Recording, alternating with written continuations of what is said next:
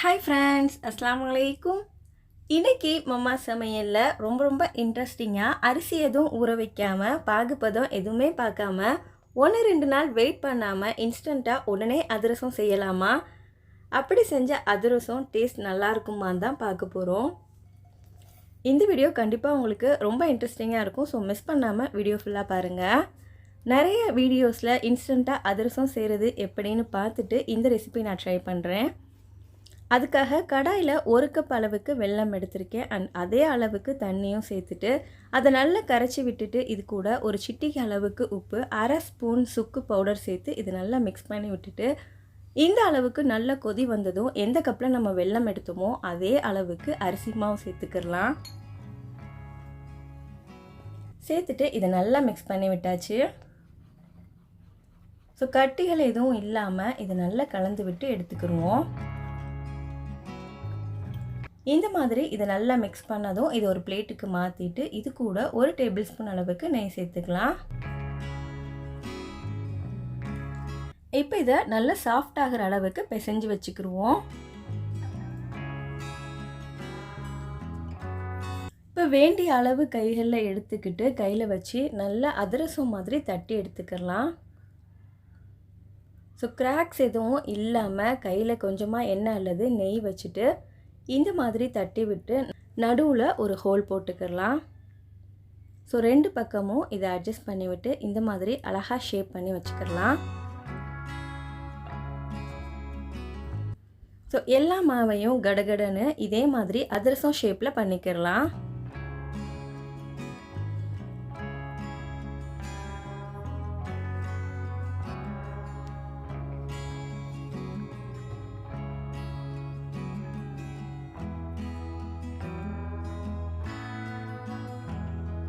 இந்த அதிரசம் எப்படி இருக்க போகுதுன்னு உங்களை மாதிரியே எனக்கும் ரொம்ப ஆர்வமாக இருக்குது. இப்போ பாருங்கள், எல்லாமே ப்ரிப்பேர் பண்ணியாச்சு. இப்போ கடாயில் பொரிக்கிறதுக்கு வேண்டிய அளவு எண்ணெய் சேர்த்துக்குருவோம்.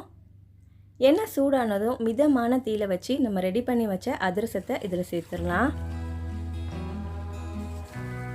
லோ ஃப்ளேமில் வச்சு பொறுமையாக நல்லா செவக்கிற அளவுக்கு இதை பொரிச்சு எடுத்துக்கலாம்.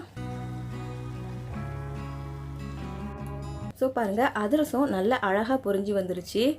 கொஞ்சம் கூட விரிசல் விழாமல் எண்ணெய் குடிக்காமல் நல்லா பொரிஞ்சு வந்துருச்சு. பாருங்கள், பார்க்குறதுக்கு அதிரசம் மாதிரியே இருக்குது. நான் ஏன் அப்படி சொல்கிறேன்னா, இது பார்க்குறதுக்கு மட்டும்தான் அதிரசம் மாதிரி இருக்குது. ஆனால் பிச்சு பார்த்தா பிக்கவே முடியலை, அவ்வளோ ஹார்டாக இருந்துச்சு.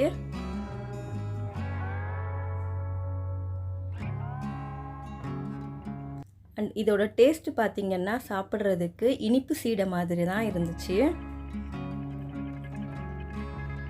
ஸோ இனிமேல் இந்த மாவெல்லாம் பொரிக்க வேண்டான்னு அப்படியே வச்சுட்டேன். ஸோ கோட்டை ஃபுல்லாக அழிச்சிட்டு முதல்ல இருந்து போடுற மாதிரி இந்த மாவை ஃபுல்லாக களைச்சிட்டு முதல்ல இருந்து அழகாக குட்டி குட்டி உருண்டைகளாக உருட்டி வச்சுக்கிட்டேன். இந்த மாவை வீணாக்க முடியாது இல்லையா, அதனால் இதை வேறு ஒரு ரெசிபி செய்யலான்னு இந்த மாதிரி ரெடி பண்ணிகிட்ருக்கேன்.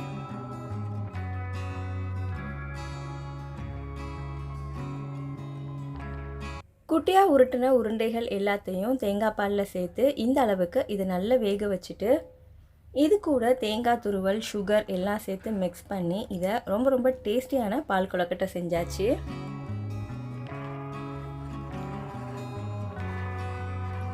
அதிரசத்தை விட பால் கொழுக்கட்டை ரொம்பவே டேஸ்டியாக இருந்துச்சு. ஸோ இந்த வீடியோ உங்களுக்கு பிடிச்சிருந்தா லைக் பண்ணுங்கள். இதே மாதிரி வீடியோஸ் உங்களுக்கு பிடிக்கும்னா நம்ம சேனலை சப்ஸ்கிரைப் பண்ணி வச்சுக்கோங்க. நம்ம அடுத்த ஒரு சூப்பரான வீடியோவில் பார்க்கலாம். பை.